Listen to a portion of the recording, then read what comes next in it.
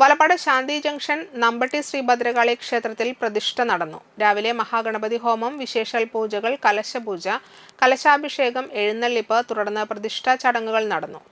ക്ഷേത്രം തന്ത്രി പുത്തൂർ മണി ശാന്തി മുഖ്യ കാർമ്മികനായി. ക്ഷേത്ര ഭാരവാഹികളായ അയ്യപ്പൻ നമ്പട്ടി, കല്യാണി അയ്യപ്പൻ എന്നിവർ ചടങ്ങുകൾക്ക് നേതൃത്വം നൽകി. നിരവധി ഭക്തർ ചടങ്ങുകളിൽ പങ്കെടുത്തു.